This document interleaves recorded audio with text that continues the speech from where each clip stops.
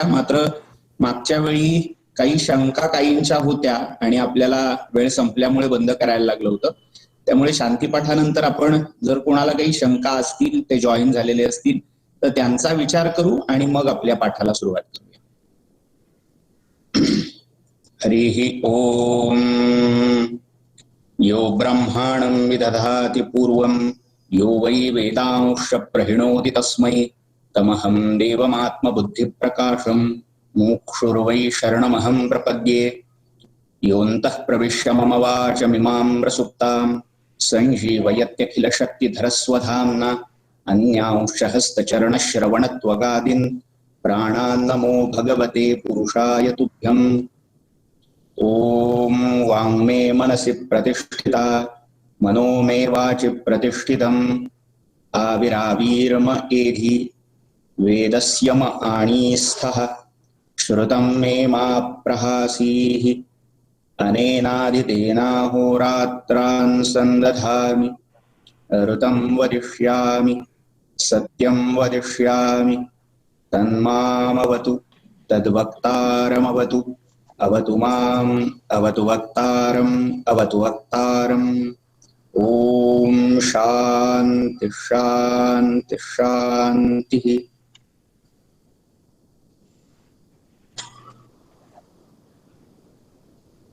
मागच्या सत्रामध्ये काही शंका कोणाला आहेत, शिल्लक आहेत? मागच्या वेळी काही विचारत होती मंडळी, मात्र वेळेअभावी आपल्याला सत्र लगेच थांबवायला लागलं होतं. तर शंका असतील तर त्याच्यावर विचार करूया, नाही तर आपल्या पाठाला सुरुवात करता येईल.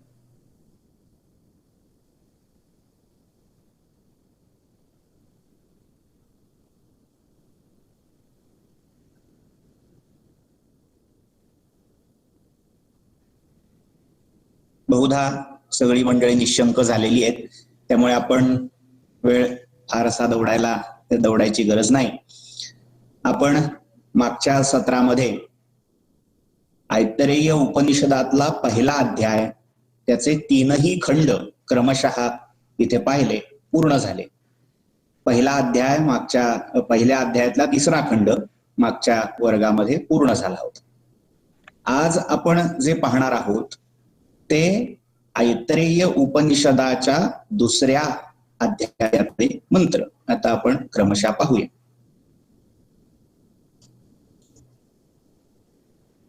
सगळ्यांच्या समोर शेअरिंगला टाकलेला आहे, दिसतंय सगळ्यांना?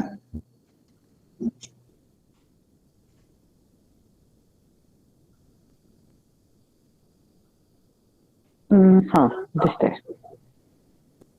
अजून झूम करायची किंवा असं काही गरज आहे का? एवढं पुरेसं आहे? दिसतंय सर, दिसतंय. हा, थँक्यू. ठीक आहे. याच्यामध्ये काही ठिकाणी मुद्रण दोष आहेत, स्खलन आहेत. तर मी म्हणतोय किंवा मी सांगतोय त्या पाठानुसार त्या दुरुस्त्या करून घ्याव्या. पुरुषे ह वा अयम आदितः गर्भः भवति यदेतद्रेतः तदेतत् सर्वेभ्यो अंगेभ्यः तेजः संभूतम् आत्मनि एव आत्मानं बिभर्ति.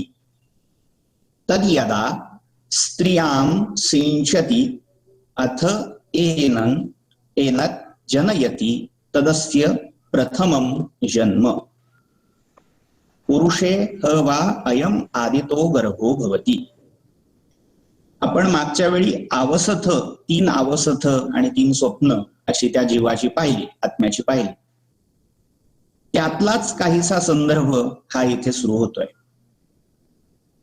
जीवाच्या, आत्म्याच्या 3 जन्मांविषयी हे विवरण इथे येत आहे. आपल्याकडे धर्मशास्त्रीय दृष्टिकोनातून द्विज असं म्हटलेलं आहे. जन्मना जायते शूद्रः संस्कारात् द्विज उच्यते. किंवा दुसरं, जन्मना ब्राह्मणो ज्ञेयः संस्कारात् द्विज उच्यते विद्यया याति विप्रत्वं त्रिभिः श्रोत्रियमुच्यते. किंवा त्रिभिः श्रोत्रिय इति उच्यते, अशी स्मृतिवचनं आपल्याला उपलब्ध होतात. म्हणजे 2 जन्म ज्याचे झालेले आहेत, गर्भापासून झालेला एक जन्म आणि दुसरा जन्म हा संस्कार झाल्यावर, म्हणजे मग विशेषत्वाने त्रैवर्णिकांमध्ये जो उपनयन संस्कार केला जातो, त्या उपनयन संस्कारानंतर हा दुसरा जन्म, आणि स्त्रियांच्या बाबतीत विवाह संस्कारानंतर हा दुसरा जन्म झाल्याचं मानलं जातं. मात्र इथे त्या द्विजन्माच्याही पलीकडे जाऊन त्रिजन्म्याचं 3 वेळा हा जीव जन्मतो, त्याचे 3 जन्म असतात, असं काहीसं वेगळं विधान इथे आपल्याला सापडतं. आता त्यानुसार जर आपण विचार केला तर द्विज म्हणजे 2 वेळा जन्म घेतलेला आणि त्रिज म्हणजे 3 वेळा जन्म घेतलेला. आता हे 3 जन्म कोणते कोणते ते सांगताय. पहिला जो जन्म आहे तर पुरुषे हवा, ह हे जे निपातन आहे ते प्रसिद्धार्थी किंवा निश्चयार्थी आहे. पुरुषाच्या ठाई पहिला गर्भ, पहिला जन्म त्याचा होतो. म्हणजे गर्भधारणा ही सगळ्यात पहिली पुरुषाच्या ठाई होते. ऐकायला काहीसं विचित्र वाटेल, पण या पुरुषाच्या ठाई हा पहिला गर्भ कोणाच्या कसल्या रूपात प्रकट होतो ते पुढे सांगतायत. अयम आदितः गर्भः भवति. अयम म्हणजे हा आत्मा, हा जीव, हा जीवात्मा पुरुषाच्या ठाई पहिल्यांदा गर्भस्थित होतो. या जीवाची पहिली गर्भरूपातली धारणा ही पुरुषाच्या म्हणजे नर आणि नारी यातल्या नराच्या ठाई होते. इथे पुरुष शब्दाचा अर्थ आत्मपर घ्यायचा नाहीये. इथे पुरुष या शब्दाचा अर्थ स्त्री आणि पुरुष या द्वंद्वातला एक नर या अर्थी आहे. मग तो गर्भ कसा होतो तर यदेतद्रेतः तदेतत् सर्वेभ्यो अंगेभ्यः तेजः. त्या नराच्या ठाई, पुरुषाच्या ठाई जे रेतस नावाचं तत्व आहे, म्हणजे ज्याला इंग्लिशमध्ये सीमन म्हणतात किंवा शुक्र असं संस्कृत आणि मराठीत म्हटलं जातं, तर ते रेत ते कसं तर तदेतत् सर्वेभ्यो अंगेभ्यः, सगळ्या अंगांचं सारभूत तेजोभूत असं ते जे रेत आहे, त्या रेताच्या त्या वीर्याच्या रूपामध्ये या जीवाचा पहिला गर्भसंभव होतो. म्हणजे ते वीर्य त्या नराच्या शरीरामध्ये तयार होणं इथेच या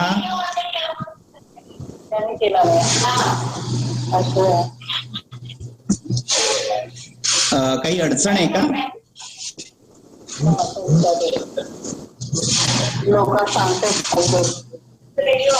नाही, ते चिटणीस कोण आहे त्यांचा व्हिडिओ ऑडिओ चालू राहिला. कृपया आपापले ऑडिओ आणि व्हिडिओ हे बंद ठेवा, म्हणजे आवाज येण्यात जर काही अडचण येत असेल तर ती येणार नाही. तर मी सांगत होतो की ते जे वीर्य त्या नराच्या शरीरामध्ये तयार होतं, उत्पन्न होतं, ते तयार होता क्षणी त्या जीवाचा पहिला जन्म, पहिली गर्भावस्था ही तिथे आहे. म्हणजे आता इथे खर तर पूर्ण शरीरशास्त्र, जीवशास्त्र याचाच विचार या उपनिषदामध्ये आलेला आहे. मागेही मी उल्लेख केला होता की गर्भोपनिषद नावाचं एक स्वतंत्र वेदांतातलं उपनिषद, वेदांतोपनिषद, सर्वसामान्य वेदांतोपनिषद या प्रकारामध्ये, या विभागामध्ये गणलं जाणारं उपनिषद आहे. आणि त्यामध्ये या गर्भाचा पूर्ण संभव, विकास, जन्मापर्यंतचा प्रवास हा सांगितलेला आहे.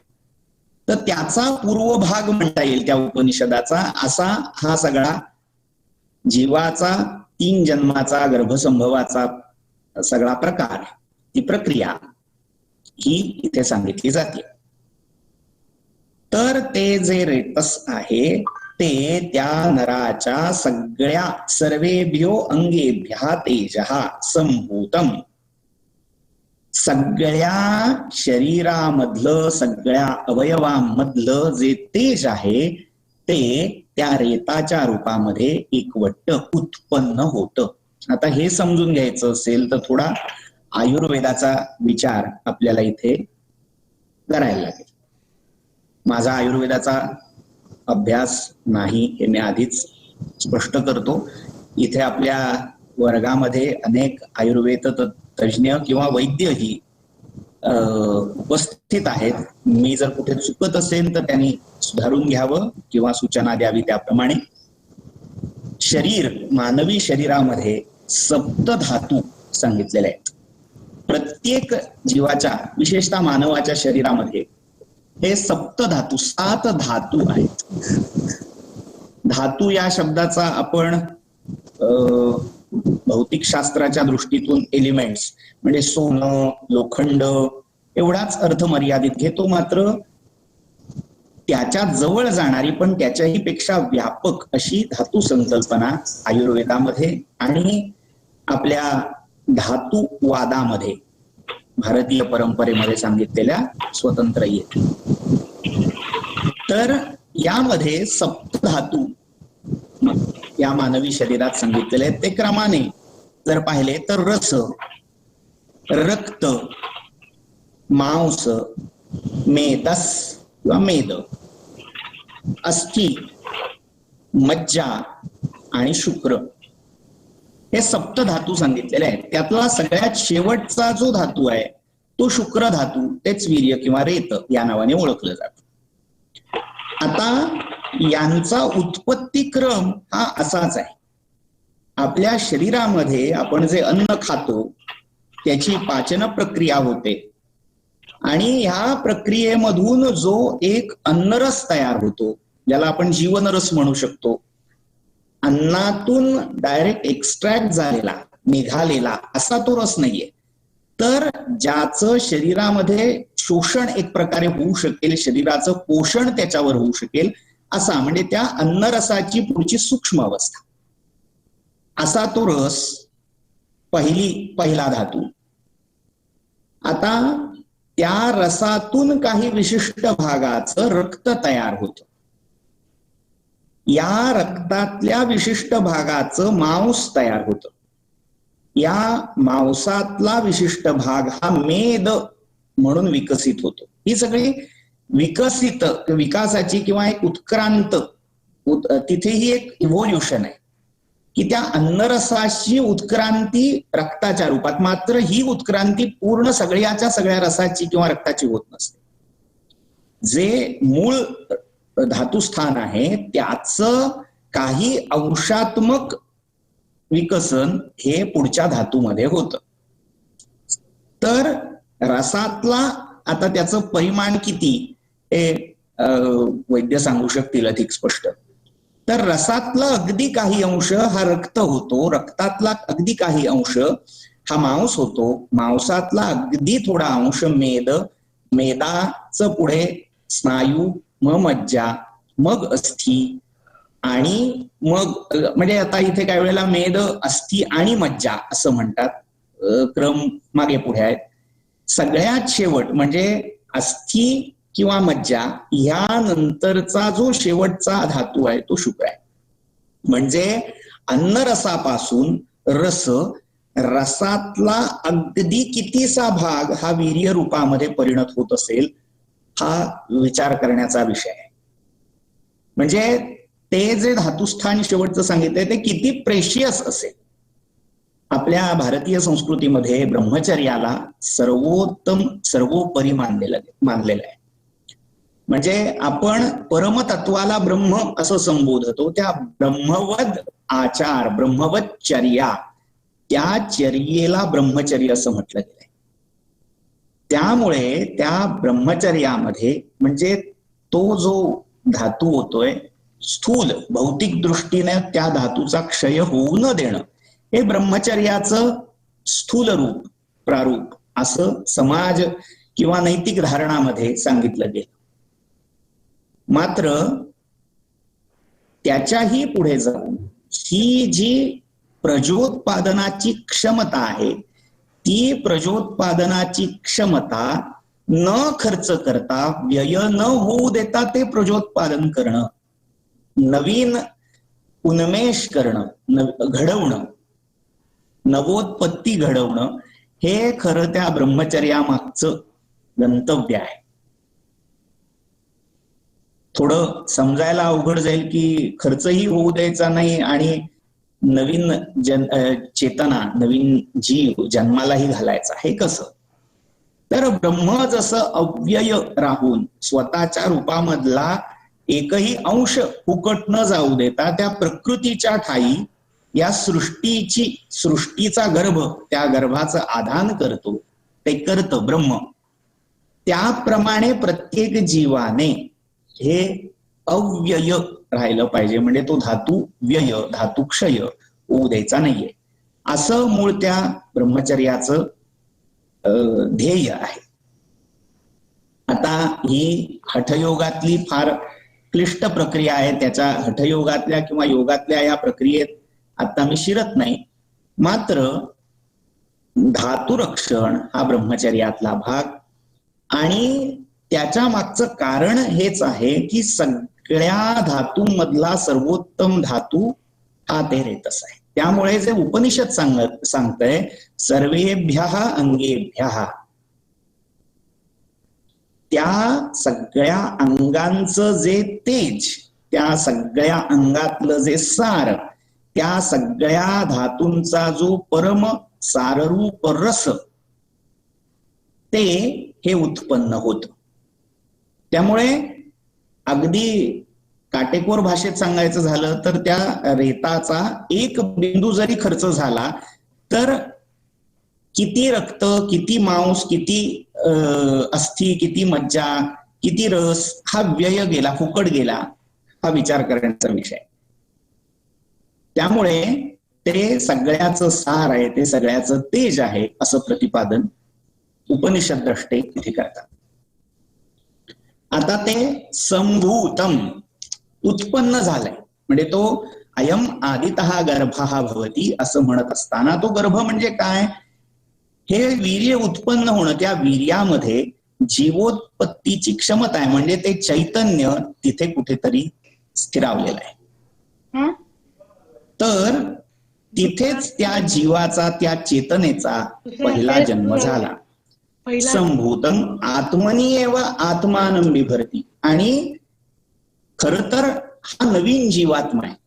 त्या एका बिंदूमध्ये नवीन जीवात्म्याला जन्माला घालण्याचं सामर्थ्य दडलेलं आहे. मात्र असं असूनही स्वतःच्या आत्म्याप्रमाणे त्या नवीन आत्म्याला, या वीर्यबिंदूमध्ये विद्यमान असणाऱ्या आत्म्याला हा जीव म्हणजे जो पुरुष त्या वीर्याला धारण करतोय तो सांभाळत असतो, त्याचं भरण पोषण करत असतो, त्याला पोसत असतो. म्हणजे जे काही पौष्टिक अन्न पदार्थ तो खातो, पाणी पितो, जे काही घेतो, तर त्याच्यातून या रेताचं, या वीर्याचं पोषण होतं, भरण होतं, असं ते सांगतात. बिभरती तद यदा स्त्रियां सिंचती अथ एन जनयती तदस्य प्रथमं जन्म. आता गंमत अशी आहे की ही जी पुरुषाच्या ठाई सांगितलेली अवस्था आहे ती गर्भावस्था आहे. म्हणजे पुरुष एका अर्थी तो गर्भवान झालेला आहे, आणि जेव्हा तो पुरुष ते रेतस स्त्रीच्या ठाई सिंचित करतो, म्हणजे गर्भाधान करतो. आता इथे सगळा हा जो विषय आहे तो बृहदारण्यक उपनिषदाच्या शेवटच्या खंडामध्ये, शेवटच्या ब्राह्मणामध्ये सांगितलेला आहे. मंथ विद्या म्हणून हा विषय येतो. तर हे सगळं जितकं शास्त्रसंमत, धर्मसंमत मार्गाने असेल तितकी ही प्रक्रिया यज्ञ प्रक्रिये इतकीच पवित्र ही शास्त्रांनी सांगितलेली आहे. आणि जितकी याच्यामध्ये भोग लोलुपता, इंद्रिय लोलुपता अधिक असेल तितकी या सगळ्या क्रियेला तितका हीन दर्जा, हीन भाव असा दिलेला आहे. त्यामुळे या सगळ्या प्रक्रियेकडे पाहत असताना कुठेही एक असा दृष्टिकोन असतो काहींचा ह्या सगळ्या गोष्टी अध्यात्मात आणायची गरज काय, उपनिषदांनी ही गोष्ट सांगायची गरज काय.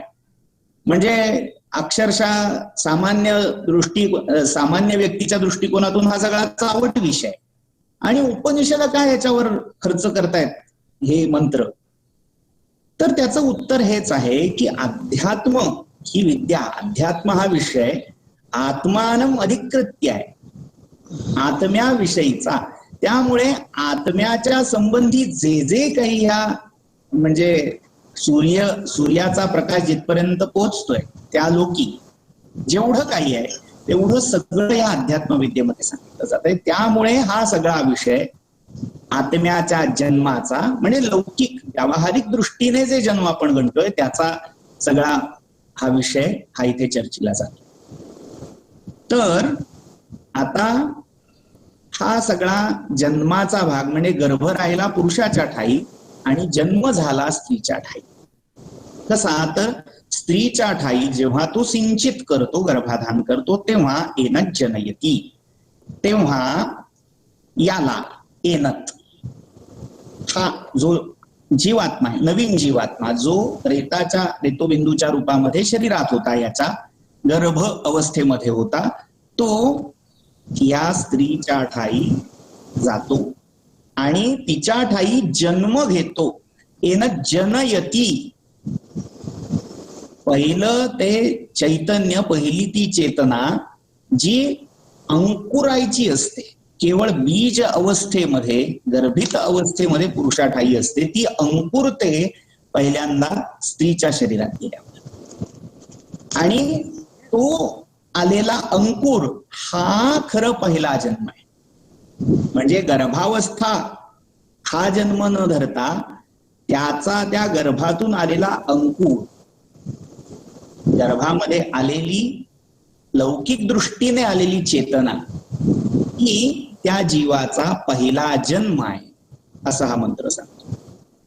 पुन्हा एकदा मी या सगळ्या मंत्राचा गोषवारा सांगतो की पुरुषाच्या ठाई जे रेत आहे ते रेत जे त्याच्या सर्व अवयवांचं सारभूत आहे, त्याची उत्पत्ती जेव्हा त्या पुरुषाच्या शरीरामध्ये होते तेव्हाच या नवीन जन्माला येणाऱ्या जीवाची पहिली गर्भावस्था सुरू होते.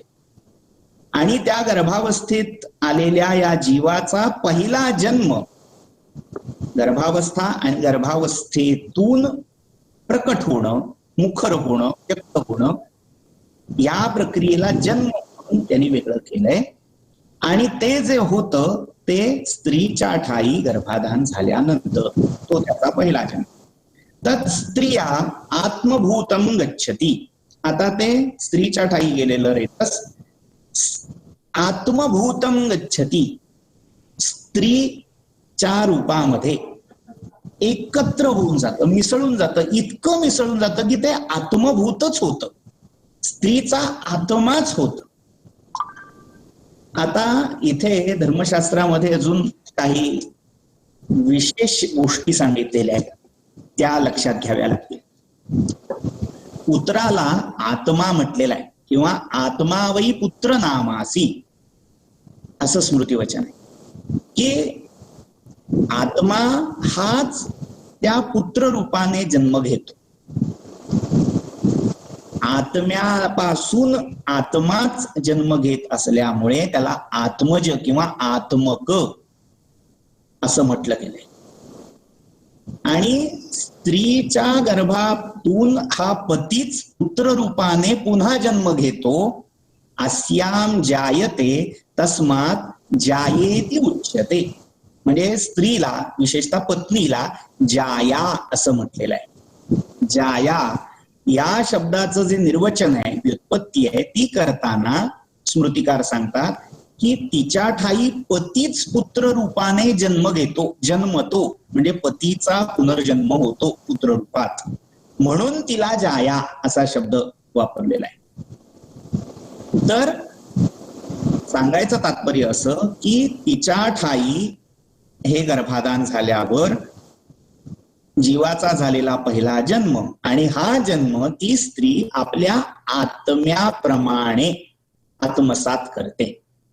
ती वेगळं मानतच नाही त्या गर्भाला. ती स्वतःच जसं पोषण करेल, ज्या तत्परतेने ती स्वतःच्या शरीराचं अन्न पाणी सांभाळेल, तितक्याच तत्परतेने किंबहुना त्याहीपेक्षा जास्त आत्मीयतेने ती त्या गर्भाचं भरण पोषण करेल.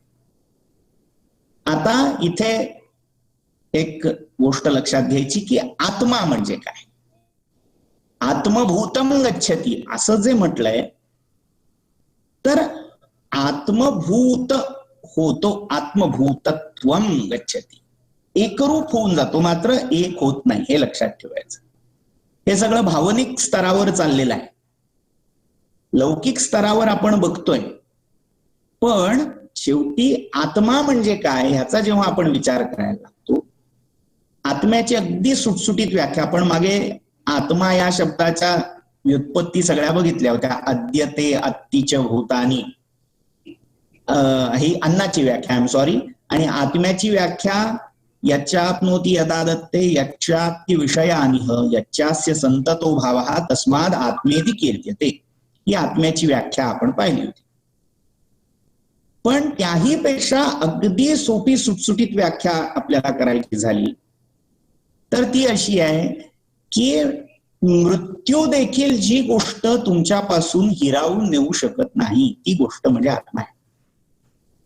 आत्मा म्हणजे नेमकं काय, तर अशी गोष्ट की ज्याला तुम्ही इंग्लिशमध्ये पोझेशन म्हणाल, असं तुमचं पोझेशन, अशी तुमची गोष्ट की जी साक्षात्कार मृत्यू जरी आला तरी तो तुमच्यापासून त्रिकाळीही हिरावून घेऊ शकत नाही, अशी जी काही गोष्ट आहे ती आत्मा आहे. आता आपण जर विचार केला, आपण ज्याला आत्मा म्हणतोय, म्हणजे आता इथे या संदर्भामध्ये पुत्राला आत्मा केलं, चार्वाकांसारख्या नास्तिक मतामध्ये देहालाच आत्मा मानलं, बौद्ध आणि जैनांच्या मते मग ते मन, बुद्धी, अहंकार, किंवा वेदांतामध्ये जे पंचकोश सांगितलेले आहेत त्या एकेका कोशस्थानाला आत्मा मानलं. पण ह्या सगळ्याच्या सगळ्या गोष्टी मृत्यू तुमच्यापासून हिरावून नेऊ शकतो. म्हणजे देह तर मृत्यू हिरावतोच, मात्र त्या देहामध्ये अडकणारी जी बुद्धी आहे, देहबुद्धी असं आपण त्याला शब्द वापरतो,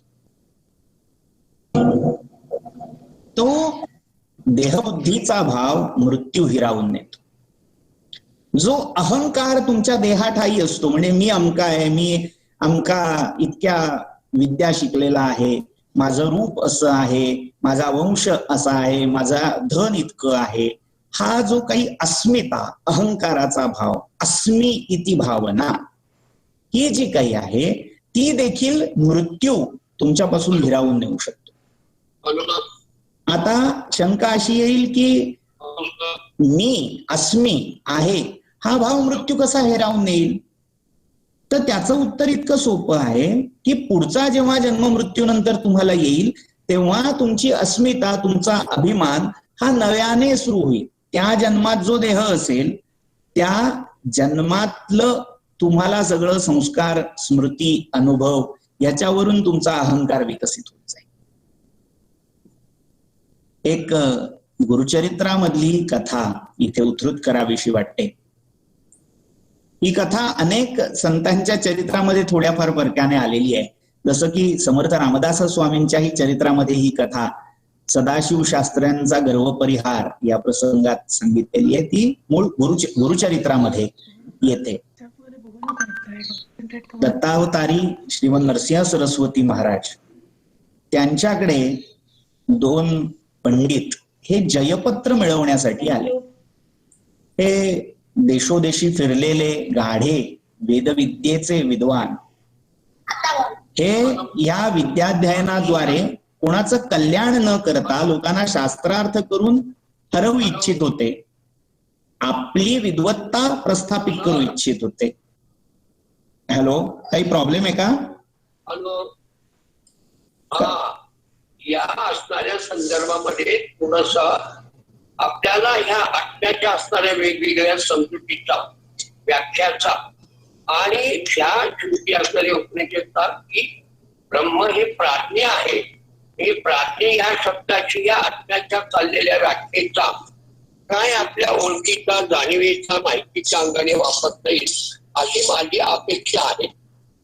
आत्म्याचं चाललेलं हे वर्णन आणि शेवटी हे ब्रह्म जे आहे तो प्राज्ञ आहे, प्रज्ञ ब्रह्म म्हटलेला आहे. प्रत्येक शब्दाची आताच आपल्याला काहीतरी ओळखीच्या अंगाने काही करता येईल का? याच्यावर उत्तर एकच आहे, स्पष्टमग्रे भविष्यती. कारण असं आहे की आपण ज्या प्राज्ञ आणि प्रज्ञेचा उल्लेख केला, तर प्रज्ञानम ब्रह्म हे चार वेदापैकी ऋग्वेदाचं जे महावाक्य मानलं गेलेलं आहे, ते प्रज्ञानम ब्रह्म हे महावाक्य आपल्याला पुढच्या अध्यायामध्ये म्हणजे ऐतरेय उपनिषदाच्या 3ऱ्या अध्यायामध्ये येणार आहे. त्यामुळे आत्मा, प्रज्ञानात्मा, प्राज्ञात्मा अशा ज्या काही संज्ञा आहेत त्याचं स्पष्टीकरण तिथे नक्की होईल. आपण त्या क्रमाने जात जाऊया. आधीच पुढच्या इयत्तेतलं आपण जर बघायला गेलो तर क्रमभंग होईल. आणि दुसरं, प्राज्ञ हा जो एक आत्म्याचा अवस्था विशेष मानलेला आहे वेदांत शास्त्रात, तो प्राज्ञ हा विश्व, तैजस, प्राज्ञ आणि तुरीय या 4 उपाधी पैकी 3रा म्हणजे सुषुप्ती अवस्थेमधला तद अवस्था विशिष्ट असा जो आत्मा आहे त्याचं विशेषण किंवा त्याची संज्ञा म्हणून येतो. प्रकर्षेण अज्ञा, त्या अवस्थेमध्ये त्याला काहीही कळत नाही असा तो प्राज्ञ, तो वेगळा आहे. प्रज्ञानम ब्रह्म हे वेगळं आहे, ते पुढच्या अध्यायामध्ये आपण पाहू. आता मी या आत्ताच्या प्रकृत विषयाकडे येतो. मी सांगत होतो ती कथा गुरुचरित्रामधली. नरसिंह सरस्वतींकडे 2 वेदविद्वान हे वाद करण्यासाठी आले आणि नरसिंह सरस्वतींनी चातुर्थाश्रम धारण केलेला असल्यामुळे त्यांनी असा शास्त्रार्थ करण्याचं टाळलं. वेद ज्या क्षणी संन्यास घेतला जातो त्या क्षणी श्रुतीचाही त्याग शास्त्राने सांगितलेला आहे. सगळं श्रुती, यज्ञोपवीत, शिखा या सगळ्यांचा अगदी अग्नीचा देखील त्याग सांगितलेला असल्यामुळे असा लौकिक शास्त्रार्थाचा भाग आम्ही करणार नाही असं नरसिंह सरस्वतींनी सांगितलं. मात्र तरीही जेव्हा अट्टहासापायी ते 2 विद्वान अडून बसले, हट्ट करायला लागले की नाही आम्हाला वाद करायचा आहे, तेव्हा नरसिंह सरस्वतींनी रस्त्यावरून जाणाऱ्या एका मोळी विक्याला बोलावलं आणि त्या मोळी विक्याला पुढे यायला सांगितलं. आपल्या शिष्याना दंड दिला आणि दंडाने जमिनीवर 7 रेषा मारायला सांगितल्या. आता एक रेष ओलांडून जसजसा हा मोळी विक्या पुढे येत होता तसतसं त्याला आपल्या एकेका आधीच्या जन्माचं ज्ञान व्हायला लागलं. एक रेष पुढे आला, तो म्हणाला आता या जन्मी मी व्याध होतो. एक रेष ओलांडली मग तो शूद्र होता, एक रेष ओलांडली मग तो वैश्य होता. असं करता करता करता शेवटची रेष ओलांडली आणि तो म्हणायला लागला आता मी ब्राह्मण आहे, मला 4 वेदांचं ज्ञान आहे, असं आहे, शास्त्र शिकलेलो आहे. तशी नरसिंह सरस्वतीने त्याला आज्ञा केली की जे काही शिकलायस त्या ज्ञानाच्या आधारे यांच्याशी वाद घाल.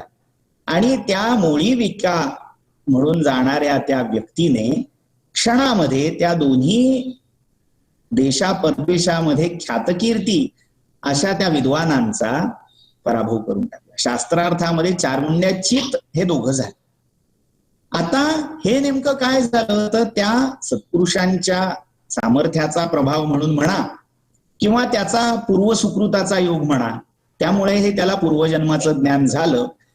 जो काही क्षणापूर्वी आपली मोळी, आपली लाकडं हीच घेऊन तीच गोंजारत बसला होता, तो आता शास्त्रांच्या गप्पा मारायला.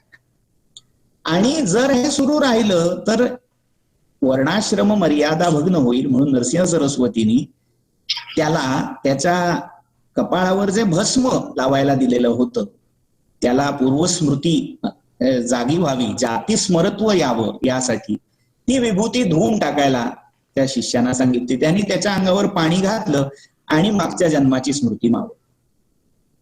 मी हे सगळं सांगितलं अशासाठी की क्षणात एका व्यक्तीचा असा कायापालट, जन्म बदलला की त्याची अस्मिता बदलते, अहंकार बदलतो. म्हणजे थोडक्यात मृत्यू हा तुमचा जो देहविशिष्ट जातीविशिष्ट असा अहंकार आहे तो पण तुमच्यापासून हिरावून घेतो. म्हणजे तो अहंकारही आत्मा राहत नाही.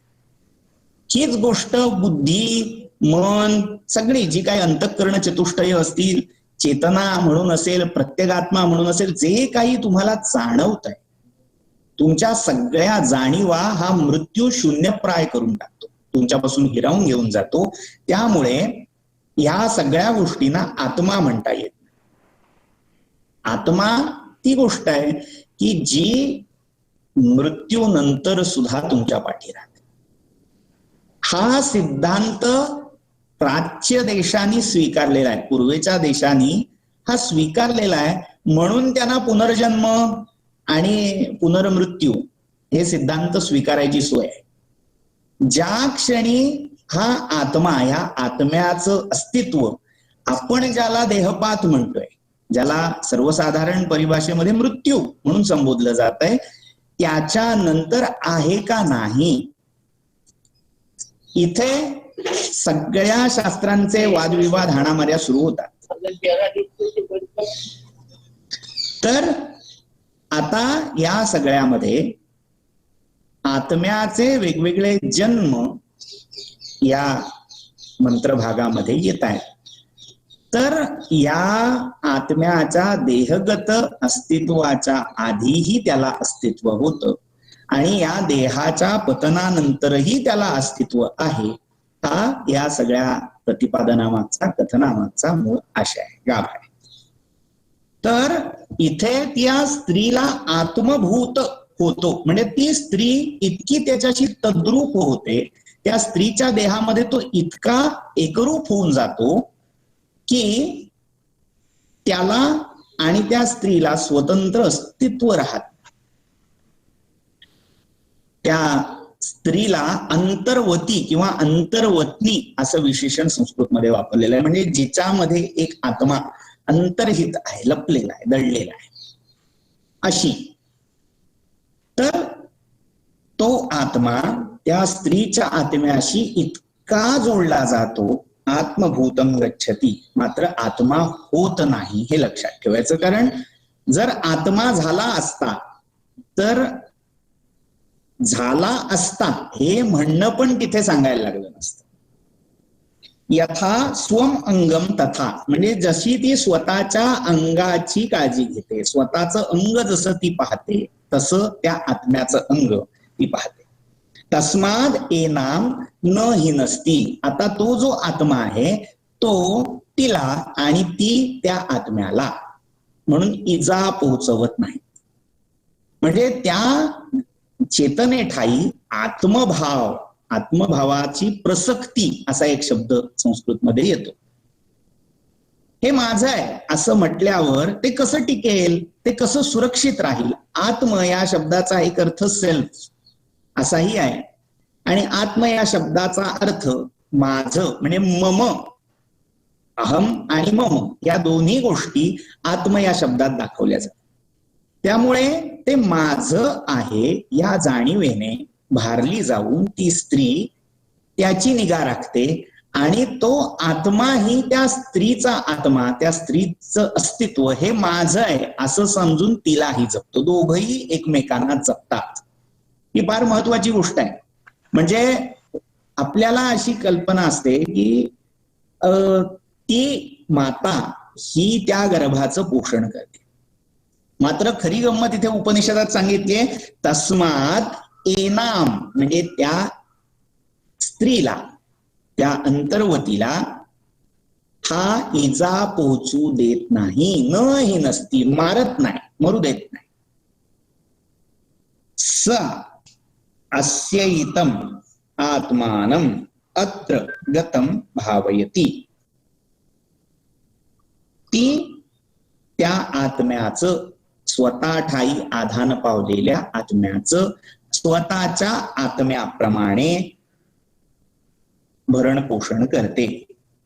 भावयती, भावने म्हणजे भावना करणे, स्वतःसारखंच मानते. म्हणजे ती जे खाते ते त्याला दिल्यासाठी, त्याला मिळावं यासाठी खाते. म्हणजे दोहद परीक्षा जी गर्भवती स्त्रियांची सांगितली जाते ती, की गर्भाचे आवडी मातेचा डोहळा, जीवीचा जिव्हाळा तेथे बिंबे. म्हणजे काय, तर त्या गर्भाला जे हवंसं वाटेल ते मातेला हवंसं वाटायला लागतं.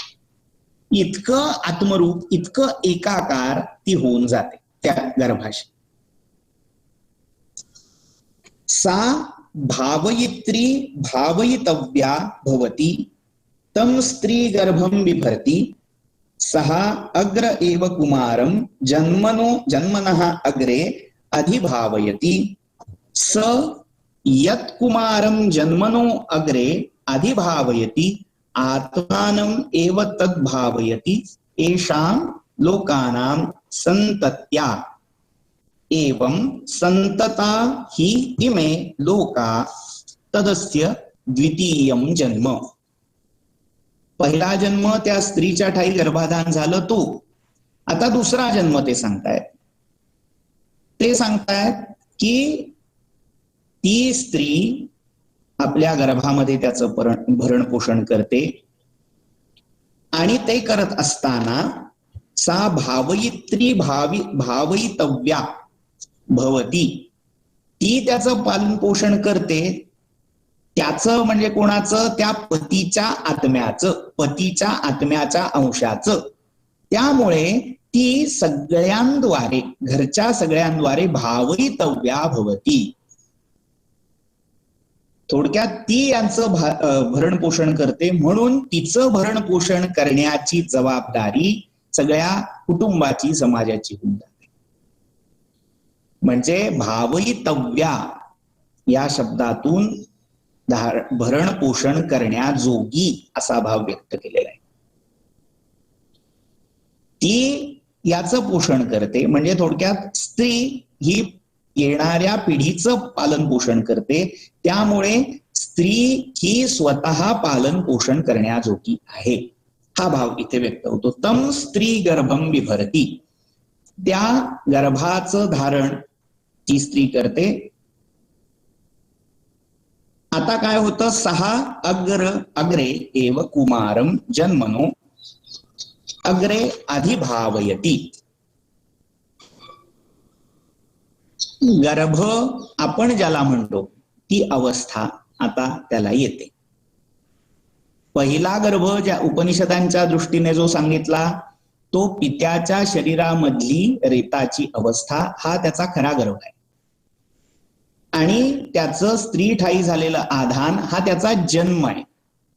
आता पुन्हा या जन्मामधली अशी जी अवस्था, म्हणजे ज्याला आपण गर्भ असं म्हणतो, ती त्या गर्भावस्थेचा पुढचा जन्म, म्हणजे ज्याला आपण भौतिक लौकिक जन्म म्हणतो तो. अग्रे तम गर्भम अग्रे बिभरती. अग्रे याचा अर्थ जन्मना पुरतः, मर्त्य जगामध्ये यायच्या आधीचा जो कालावधी आहे, म्हणजे गर्भावस्था आहे, त्याच्यामध्ये त्याचं भरण पोषण करते. जन्मनः आधी आणि जन्म झाल्यानंतर, जन्माच्या पश्चात. सहा अग्रे एव कुमारम भावयती, आणि तो एकदा जन्माला आला, या जगामध्ये आला, तेव्हा त्याला कुमारम इव भावयती किंवा कुमारम एव भावयती. त्याला ती संस्कारांद्वारे आपलासा करते, आपला मानते. म्हणजे इथे फरक लक्षात घ्यायला हवा की आधी तो तिचा आत्मा असतो, आधी त्याचा भरण पोषण म्हणजे आत्म्यासारखा झालेला असतो. त्याचं भरण पोषण करण्यामागे तिला स्वतंत्र असं काही करावं लागत नाही. ती एकरूप होऊन गेलेली असते त्याच्याशी. मात्र जेव्हा त्याचा जन्म होतो आणि आता हा आत्मा वेगळा आणि हा आत्मा वेगळा, दोन तुकडे पडतात, दोन विभाग होतात, त्यानंतर कुमारम इव किंवा कुमारम एव भावयती, ती आपल्या पोटच्या गोळ्याप्रमाणे माझा आहे, आधी ती मीच आहे म्हणून त्याचं भरण पोषण करते, आता ती तो माझा आहे या भावनेने त्याचं भरण पोषण करते. 6 या जन्मनः अधि अग्रे कुमारं भावयति तत् एषां लोकानां संतत्या. आता ही जी त्या बालकाची उत्पत्ती होते, त्याचं भरण पोषण होतं, ते इंटर रिलेटेड आहे, ते कशावर तरी आश्रित आहे. लोकानां संतत्या, लोकांची ही जी संतती आहे, संतती तन असा धातू आपण मागच्या वेळेला पाहिला होता. सम हा उपसर्ग आणि तन हा धातू. तर लोकांच्या ठाई, लोक याचा अर्थ प्रजा, लोक याचा अर्थ भू भुवा स्वाहा महाहा जनाहा तपाहा सत्य. एकच चेतनेचा तंतू आणि तो चेतनेचा तंतू ताणून पसरवून त्याचं जे काही वस्त्र ह्या विश्वरूपामध्ये निवृत्त झालेलं आहे, तयार झालेलं आहे, ते जे वाढतंय, ते वाढणं म्हणजे सृष्टीची संतती ही एका जीवाच्या संततीवर अवलंबून आहे आणि एका जीवाची संतती ही सृष्टीच्या संततीवर अवलंबून आहे. दोघही अन्योन्याश्रित आहेत. म्हणजे प्रत्येक जीवाची संतती, आपण जो व्यष्टी आणि समष्टी हा भाव बघतो, पिंड आणि ब्रह्मांड हा भाव बघतो, तो इथे आहे की पिंड का वाढतो, तो कसा वाढतो, तर ब्रह्मांड वाढतं म्हणून तो पिंड वाढतो. व्यष्टी का वाढते, समष्टी वाढते, तसा समष्टी वाढते, तिच्याबरोबर व्यष्टीही वाढते. पण तीच गोष्ट एक एक व्यष्टी, एक एक पिंड वाढतो म्हणून ती सगळी समष्टी, ते सगळं ब्रह्मांड वाढतं. एक थोडा वेगळा विचार, एक थोडा वेगळा सिद्धांत इथे मांडतो. कदाचित विषयांतर वाटेल, मात्र ह्याच्याशी कुठेतरी प्रत्यक्ष अप्रत्यक्षपणे हा सिद्धांत जोडलेला आहे.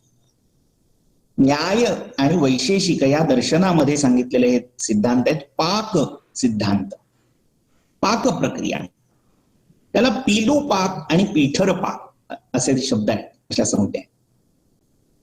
पिलू पाक याचा अर्थ एकेका छोट्या छोट्या अणूच्या पातळीवर पाक प्रक्रिया होते आणि पूर्ण समष्टी, पूर्ण वस्तू, पूर्ण पदार्थ बदलून जातो. आणि पीठर पाक म्हणजे आधी समष्टी बदलते, आधी मोठी एंटिटी आहे ती बदलते आणि त्या बदलाचं झिरपत रूप हे कुठेतरी शेवटी अणूपर्यंत, सगळ्यात छोट्या व्यष्टीपर्यंत पोचतं आणि मग त्याच्यात परिवर्तन होतं.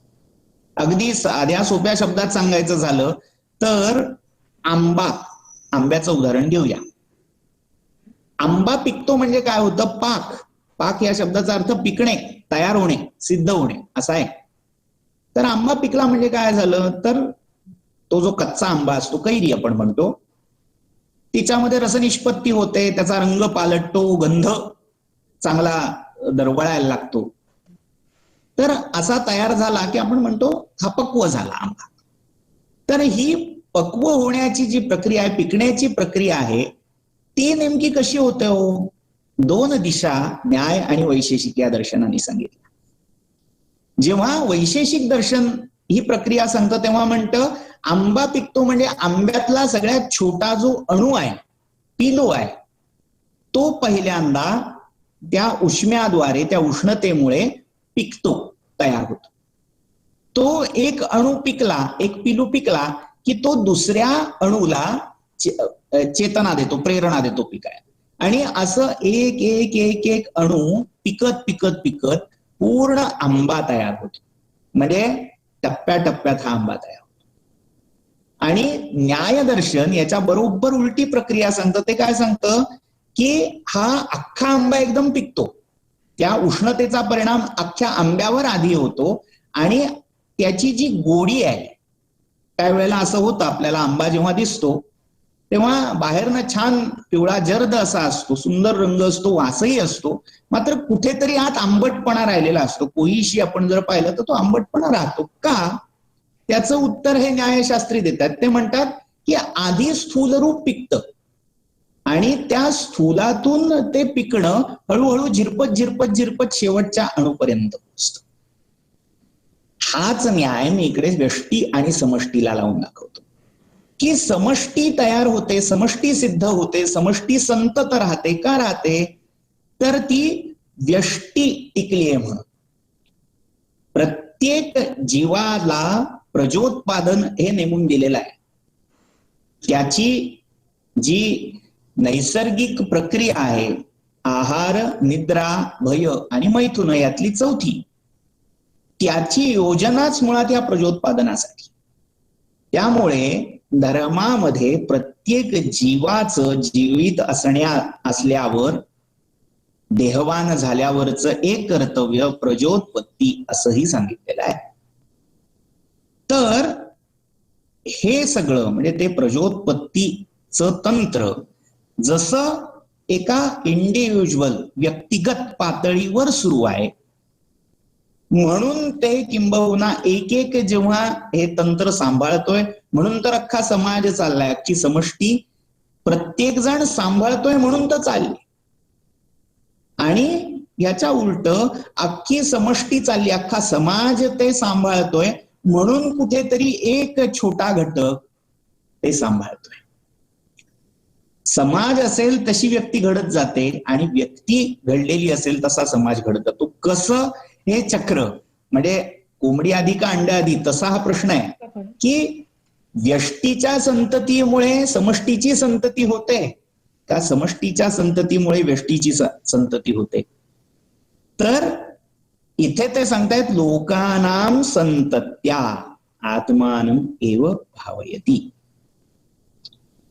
त्या एका जीवाने उत्पन्न केलेला हा नूतन जीव, ही संतती, ही वाढते, ही वृद्धी पावते, ही पसरते.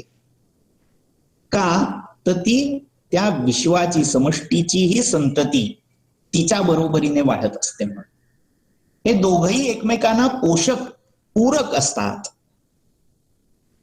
एवं इमे लोका संतता तद अस्य द्वितीयं जन्म. त्यामुळे या प्रक्रियेतून तो जीव स्वतःची प्रजा, स्वतःची संतती तर टिकवतोच आणि या वैश्विक, या समष्टी पातळीवरची संततीही टिकवतो. हाच त्याचा दुसरा जन्म. पहिला जन्म आईच्या गर्भामध्ये स्थापना झाली तो. दुसरा जन्म आईच्या पोटातल्या गर्भावस्थेमधून तो बाहेरच्या जगामध्ये आला आणि त्या बाहेरच्या जगात आल्यावर त्याने आपलं असणं, आपला संतत भाव, यच्चास्य संततो भाव हा तस्मात आत्मेति कीर्त्यते. हा आत्मा हा तन धातूपासून आलाय. तो कायम ताणला गेला असलाच पाहिजे, तो विस्तार पावलाच पाहिजे. ब्रह्म हा शब्दच मुळात बृंह धातूपासून दाखवतात. त्याचा जर विस्तार झाला नाही तर त्याला ब्रह्म म्हणता येणार नाही. त्यामुळे ही संतती टिकली पाहिजे. मग ती व्यष्टीची असो, समष्टीची असो, ती ह्याच्या जन्माला येण्यामुळे टिकते. म्हणून त्याचा हा दुसरा स्वतंत्र जन्म मानला जातो. आता यामध्ये काही अन्य विचार दिसतात.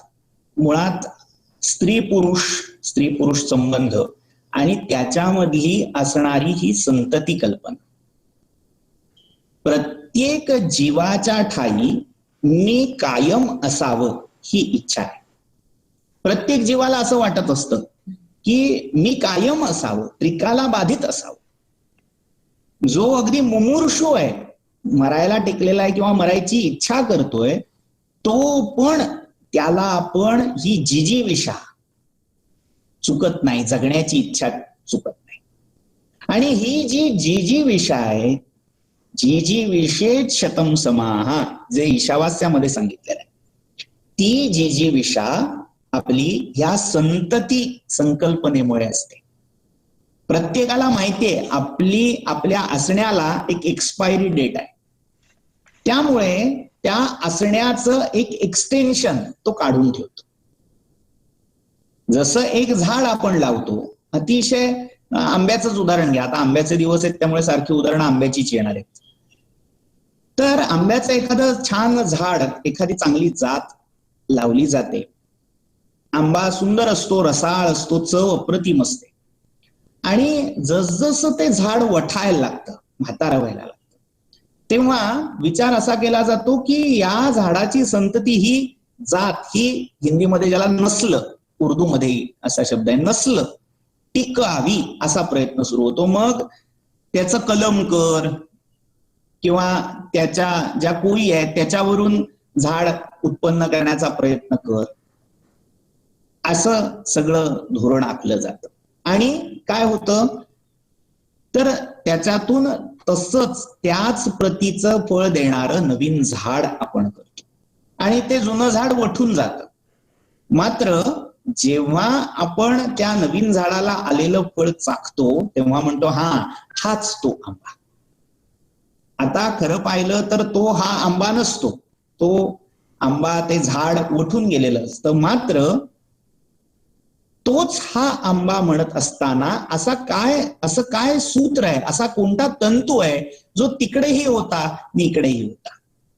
तर हे झाड, हा वृक्ष, ही त्याची संतती होती, सातत्य होतं त्याचं. त्यामुळे हे सातत्य टिकवणं ही प्रत्येक जीवाच्या ठायी असणारी कामना आहे. दुर्दैवाने आज माणसाच्या बाबतीत हे जे संतत राहण्याची इच्छा आहे ती इतकी विकृत झालेली आहे. पूर्ण त्याचा जो आलेख आहे तो व्यस्त झालेला आहे. मात्र बाकीच्या सगळ्या जेवढ्या जीवसृष्टी आपण पाहू त्या जीवसृष्टींचं हे प्रजोत्पादन, हे वंश सातत्य टिकवण्यासाठीची धडपड ही फार लक्षणीय असते, अभ्यसनीय असते. आपण वेगवेगळ्या 84 लक्ष योनी सांगितलेल्या आहेत. ह्या त्या योनीमधल्या प्राणी आणि पक्ष्यांमध्ये आपलं वंश सातत्य टिकावं यासाठी अनेक प्रकारची अनुकूलनं केली जातात. त्याला आपण हॅबिटॅट असा शब्द वापरतो. आपल्याला हवी असणारी अनुकूल अशी परिस्थिती मिळत नसेल तर आलेल्या परिस्थितीशी मिळतं जुळतं घेऊन स्वतःच्या सवयी, स्वतःचा देहाचा आकार, रंग, या पण गोष्टी या पशु पक्ष्यांच्या सृष्टीमध्ये बदलल्या जातात. ज्याला आपण उत्क्रांती किंवा अपक्रांती अशा 2 शब्दांनी ओळखतो. तर हे कशासाठी आहे तर आपलं सातत्य असलं पाहिजे, माझा वंश असला पाहिजे.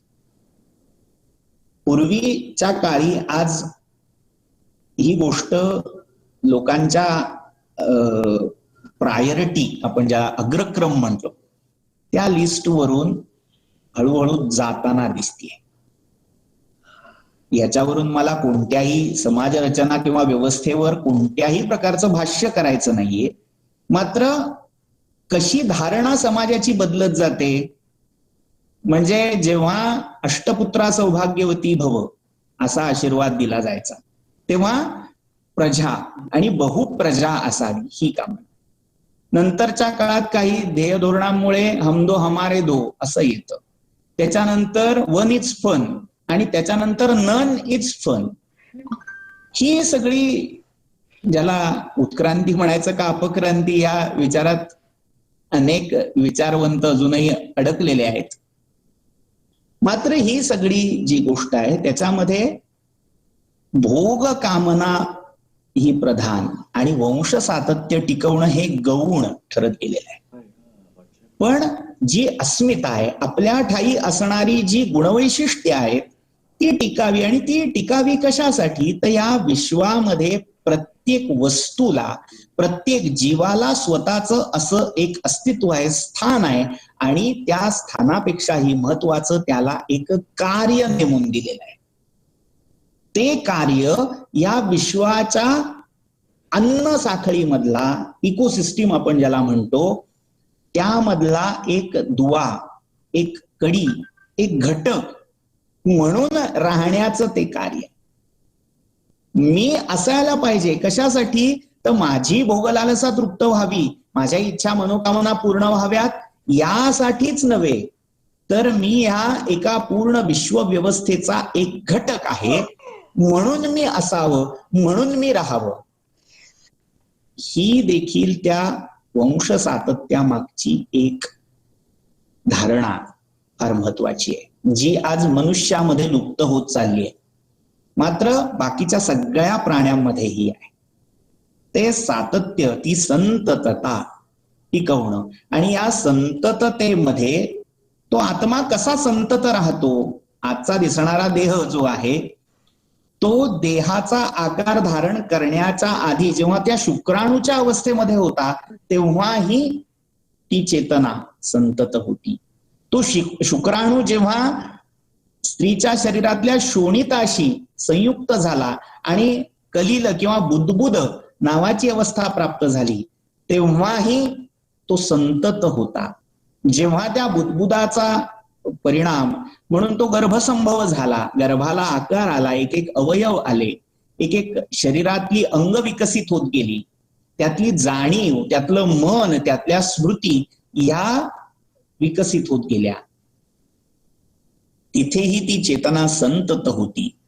आणि जेव्हा या मर्त्य ऐहिक जगामध्ये त्याचा जन्म झाला, चलनवलन सुरू झालं, आचार विचार सुरू झाला, तेव्हाही तो चेतनेचा अंश संतत होता. तर ही संततता आत्म्याची या सगळ्या प्रतिपादनामागचा खरा आशय आहे. आता या देहाच्या पतनानंतरही तो कसा संतत होता, कसा संतत राहतो, हे पुढच्या मंत्रभागामध्ये सांगितलेला आहे. तो पुढचा मंत्रभाग आपण पुढच्या सप्ताहामध्ये बघणार आहोत. खरं माझ्या अंदाजाने पुढचा शुक्रवार हा दुसरा महिन्यातला शुक्रवार आहे. नियोजित क्रमानुसार आपल्या वैदिक संशोधन मंडळाच्या ह्या उपनिषद वर्गातला महिन्यातला दुसरा वर्ग हा पूज्य श्री यशोधन महाराज साखरे हे घेत असतात. विचार चंद्रोदयाचं अध्यापन इथे होतं. मात्र त्यांच्याशी संपर्क न होऊ शकल्यामुळे पुढच्या शुक्रवारी कसा त्यांचा वर्ग होईल न होईल हे थोडं अजून संदिग्ध आहे. तरी पुढच्या गुरुवारी त्याच्याविषयी स्पष्टता केली जाईल. शक्यतोवर ते घेतील, न घेतल्यास आपला हा इतरी उपनिषदाचा पुढचा मंत्रभाग आपण पाहू. याच्याबद्दल या आज आपण जे काही चिंतन केलं त्याच्याबद्दल शंका किंवा सूचना असतील तर आपण थोडक्यात त्यांचा विचार करूया आणि हे सत्र थांबवूया. सर्वांना बोलू का? हा बोला. बोलू शकतो. बोला. सुरुवातीला जे आपण सांगितलं की आत्मा म्हणजे पिता पुत्र प्रत्येक ठिकाणी असं म्हणजे ते संतती अपत्य या दृष्टीने पुत्र घ्यायचं का मुलगा या दृष्टीने घ्यायचं, आणि तसं असेल तर ती पुत्री मुलगी असेल तर ती पण नाही का पित्याचा आत्मा होऊ शकत, अशी आपली साधी माझी सामान्य शंका आहे. अति सामान्य. यामध्ये आपण नीट जर पाहिलं तर मुळात पुत्र आणि पुत्री, कन्या आणि पुत्र असा काही भेद केलेलाच नाहीये. संतती, प्रजा असे शब्द तिथे येत आहेत. जरी ती स्त्री कन्या म्हणून तो जीव जन्माला आला तरीही त्याच्यामध्ये वंश सातत्य टिकणारच आहे. ती म्हणजे पुत्र जर जन्माला आला तर तो एक प्रकारे वंश वाढवेल, जर कन्या जन्माला आली तर तीही अन्य कोणाचा तरी वंश वाढण्यासाठी द्वारभूत साधनभूत होईल. त्यामुळे तिथे कशाही प्रकारे संतती हा भाव कन्येच्याही बाबतीत दिसतो आणि पुत्राच्याही बाबतीत दिसतो. आज आपण स्त्री पुरुष समानतेचे आधुनिक तथाकथित विचार हे स्वीकारल्यामुळे या सगळ्या वाङ्मयाकडे बघायची दृष्टी आपली काहीतरी कलुषित झाली. मात्र उपनिषदामध्ये कुठेही हा कलुष भाव केलेला नाही. जिथे जिथे आपल्याला पुत्र किंवा पुत्र जन्माचे महात्म्य किंवा असं काही सांगितलेलं दिसेल, तिथे काही विशिष्ट अर्थाने, काही विशिष्ट प्रयोजनाने ते सांगितलेलं आहे. आज आपण थोड्या वेगळ्या पद्धतीत पाहूया. जेव्हा प्रसार माध्यम सांगतात की बेटी हुई धन की पेटी आई, असं हे जे सांगितलं जातं, उद्या दुर्दैवाने असं झालं की समाजामध्ये अचानक मुलांची संख्या कमी झाली आणि मुलींची संख्या वाढली, आणि तो जो लैंगिक अनुपात आहे तो टिकवण्यासाठी सरकारला आता पुरुष संतती वाढावी यासाठी काही धोरण आखायला लागलं, आणि त्यांनी पुन्हा तशी ऍड सुरू केली की त्या त्या सामाजिक परिस्थितीतली तात्कालिक व्यवस्था असते, तिला सार्वत्रिक धरता येत नाही. इथे जेव्हा प्रजा आणि संतती अपत्य असे जेव्हा उल्लेख मिळतात तेव्हा कुठेतरी मग ते पुरुष प्रधान होते का, मुलाला प्राधान्य दिलं का कन्येला देत होते का नाही, हे विषय, हे विचार तिथे केवळ गौण ठरतात, एवढंच मला वाटतं. धन्यवाद सर. हॅलो, मला एक शंका आहे की तुम्ही म्हणालात की जन्म म्हणजे जेव्हा मृत्यू होतो त्याच्यानंतर आत्मा राहतो आणि बाकी सगळं बेसिकली मन, बुद्धी आणि अहंकार सगळे जातं. तर एक शंका अशी आहे की जेव्हा पुनर्जन्म होतो तेव्हा मन आणि बुद्धी म्हणजे ते इट्स लाईक फ्रॉम स्क्रॅच चालू होतं की आधीचं जे आहे त्याच इव्हॉल्व्ह होतं, म्हणजे तुम्ही सर्टन लेवल तुमची गाठली की बाबा तुम्ही मनाच्या एका पर्टिक्युलर अवस्थेला किंवा इव्हन बुद्धीला पण, तर is it like next stage evolution का इट्स लाईक सेपरेट, जसं बॉडी आपण एक इन्स्ट्रुमेंट म्हणून घेतो, नवीन देह धारण करतो, तसंच मन आणि बुद्धी पण फ्रॉम स्क्रॅच दिलं जातं की आधीचं जे काही कर्म आहेत त्या कर्मफळासाठी किंवा तुमची काही डेस्टिनी असेल ती फुलफिल करण्यासाठी? उत्तर असं आहे की आपण ज्याला पितर अशी संकल्पना मानलेली आहे, म्हणजे या देहाच्या पतनानंतर या देहामध्ये असलेली चेतना, जाणीव, मन, अहंकार हे कुठे जातं, तर ते विश्वातल्या एका विशिष्ट स्थानी, ज्याला आपण पितृलोक असं धर्माने नाव दिलेलं आहे, त्या ठिकाणी तो जाऊन राहतो. आणि पुढच्या देहामध्ये, पुढच्या योनीमध्ये जेव्हा तो जन्म घेतो तेव्हा कुठेतरी त्या मनाशी, त्या अहंकाराशी, त्या पितृपदाशी तो जीव जोडलेला असतो, कनेक्शन असतं. मात्र त्याचं त्या त्या देहानुकूल, त्या त्या देहाला अनुसरून असं स्वतंत्र मन, स्वतंत्र अहंकार हा विकसित व्हायला लागतो. मात्र त्याचं कुठे ना कुठेतरी कनेक्शन हे त्या मूळच्या जीव आणि पितर या संकल्पनेशी असतं. ते जितकं घट्ट असेल, ते जितकं स्पष्ट असेल, तेवढा जीव हा सात्विक होत जातो, त्याला जातीस्मरत्व येतं, म्हणजे तो आपले आधीचे जन्म पाहू शकतो, जाणू शकतो, किंवा पुढचेही येणारे जन्म तो ओळखू शकतो, किंवा याची पुढची अवस्था म्हणजे तो मुक्तच होतो जन्ममरणाच्या बंधनातून. पण प्रत्येक देहामध्ये, त्या त्या जन्मामध्ये जे विकसित होत जाणारं मन आहे ते त्याला मिळणाऱ्या परिवेशानुसार किंवा परिवारानुसार, त्या संस्कारानुसार हे घडत जातं, बदलत जातं. पण अपवादात्मक अशा काही केसेस आढळतात की ज्याला आपण जातीभ्रष्ट किंवा ज्याला योगभ्रष्ट अशी संज्ञा गीतेमध्ये दिलेली आहे 6व्या अध्यायामध्ये. तर त्यांच्या बाबतीत तो आधीच्या आयुष्यामधल्या, आधीच्या जन्मातल्या सगळ्या स्मृती, अनुभव ह्याचा ठेवा त्यांना त्या कनेक्शनमुळे उपलब्ध असतो. ते सतत तो सगळ्या त्या ठेव्याचा, त्या ज्ञानाचा याही जन्मामध्ये, याही परिवेशामध्ये उपयोग करून घेऊ शकत असतात. मात्र ती अपवादात्मक केस आहे, ती योग्यांची केस आहे. सामान्यांच्या बाबतीत हे सहसा शक्य होत नाही. म्हणजे माझं असं की मेमरी जरी नसेल तरी सुद्धा, फॉर एक्झाम्पल आता तुम्ही तुमची बुद्धी विकसित करण्यासाठी खूप प्रयत्न केलेत या जन्मामध्ये, किंवा तुम्ही मनावर कंट्रोल करण्यासाठी किंवा खूप काही तुम्ही हे केलं, तर पुढच्या जन्म तिथनं सुरू होतो का परत लाईक की किंवा सत्वगुण सपोज या ह्याच्यात तुम्ही सात्विक मन असेल तर ते पुढच्या जन्मात राजसिक होतं का? असं नाही की आधीचं तुम्ही जे केलेलं असतं त्याच्यावरच पुढे तुमचं बिल्ड ऑन होतं की? ह्या सगळ्याचं निश्चितीकरण, ही सगळी व्यवस्था संस्कारावर अवलंबून आहे.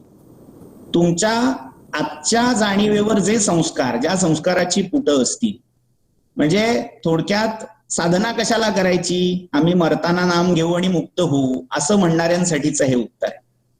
जेव्हा तुम्ही ह्या जन्मामध्ये वारंवार चांगल्या गोष्टींचा संकल्प कराल, भले तुमच्या आधीच्या जन्मातल्या पापामुळे ते या जन्मात जमणार नाही, पण तुम्ही संकल्प करत राहा. त्या संकल्पातून एक तुमच्या जाणीवेत संस्कार नेणिवेत घडायल, जाणीवेत नाही झाला ते, आणि त्याचं फळ तुम्हाला पुढच्या जन्मी मिळेल. आज जिथे तुम्ही ज्या पायरीवर तुमचा प्रवास संपला असेल, सुटला असेल, त्याच पायरीच्या पुढची अवस्था तुम्हाला प्राप्त होईल पुढच्या जन्मात. मात्र याच्या उलटी गतही होऊ शकते. होतं असं की जेव्हा तुम्ही वासनांध होता, अधोगामी इंद्रियाकडे तुमच्या चेतना धावायला लागतात, आणि त्याला शिष्णोदर परायणत्व असं म्हटलेलं आहे. त्या वृत्तीत जेव्हा तुम्ही अधिकाधिक मलिन होत जाता, तसतसं होतं काय की तुमचा पुढचा जन्म हा वरती ऊर्ध्वगामी न होता तो अधोगामी होतो.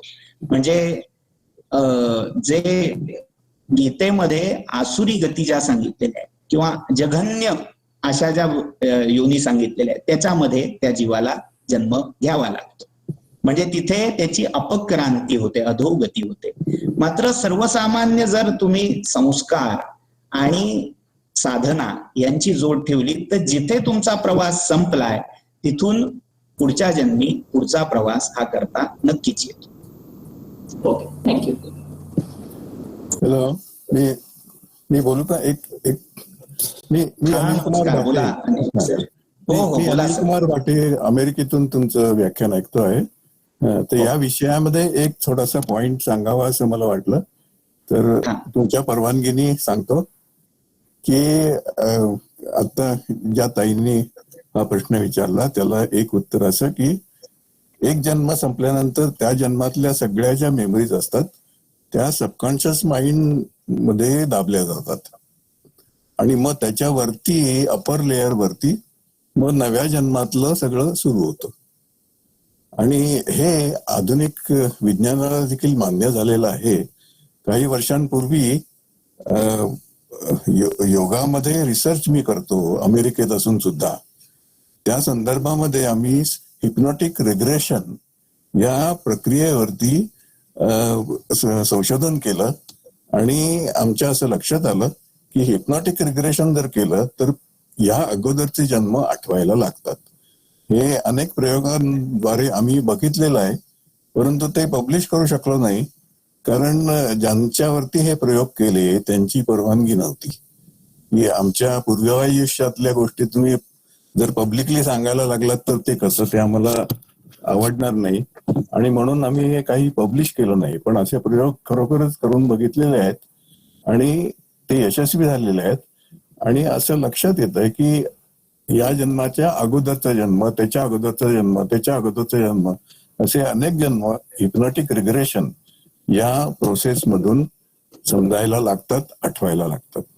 आणि त्यामुळे तुम्ही मोळी विक्याची जी गोष्ट सांगितली ही अगदी अप्रोप्रिएट आहे आणि ती बरोबर आहे. फक्त ती पॉवर आपल्यापाशी नाही आहे. नरसिंह सरस्वती हे अवतार होते, अवतारी पुरुष होते, म्हणून त्यांच्यापाशी ती पॉवर होती. एवढंच आपण म्हणू शकतो. थँक्यू. Thank you sir, thank you.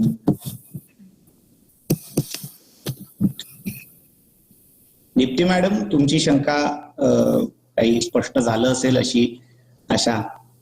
हो, म्हणजे मला फक्त एवढंच झालं की त्याचा पुढे बिल्ड ऑन होतं का आधीचं नवी कोरी पाठीसारखं होतं, पण नाही, बिल्ड ऑन होतं. सध्याच मला फक्त कन्फर्म करायचं होतं. 3 गती लक्षात ठेवा, आसुरी, दैवी आणि मानुष्य. आसुरी गती मिळाली तर त्याचं सगळं होतं नव्हतं ते नाहीसं होतं, तो अधोगतीला जातो. मानुष्य गती जर मिळाली तर आहे ते तसंच्या तसं सुरू राहतं, त्याला पुढच्या जन्मात पुन्हा प्रयत्न करायला लागतात नव्याने. आणि दैवी गती जर मिळाली तर त्याला पुढची पायरी ही मिळते.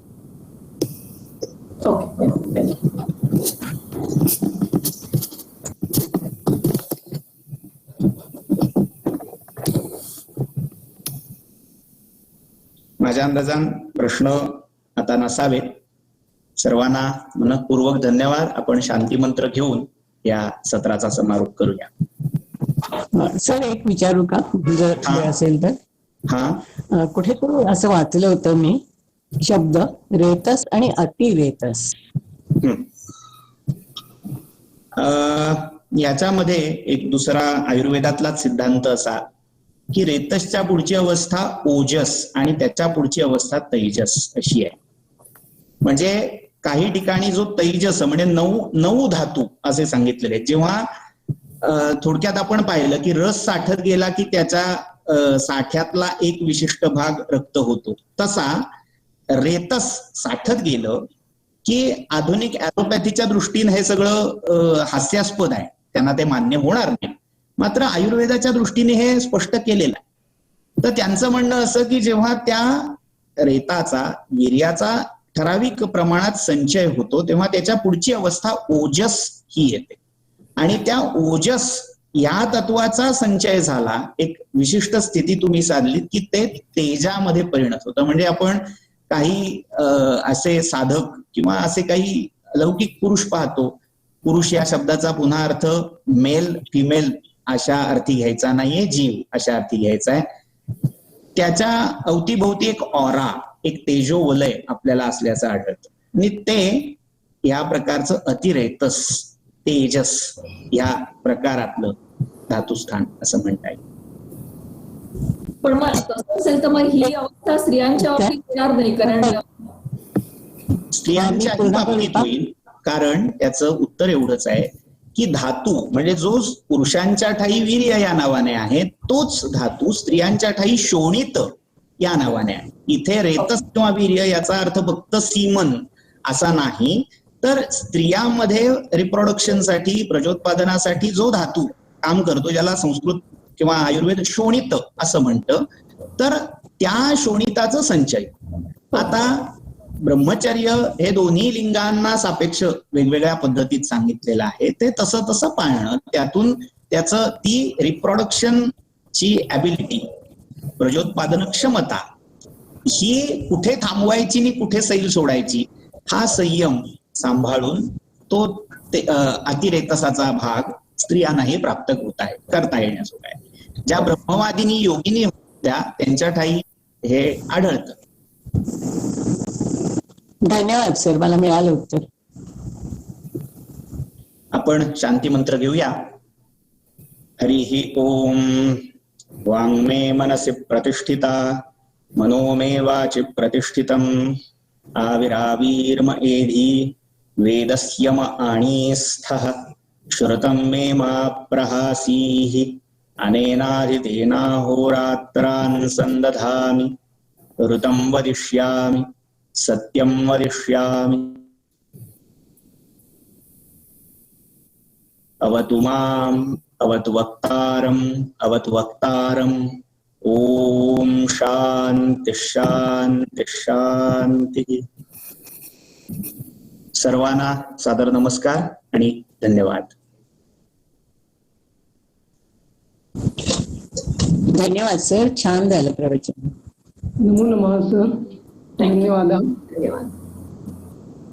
राजू, स्टॉप नाही करता येते केलं.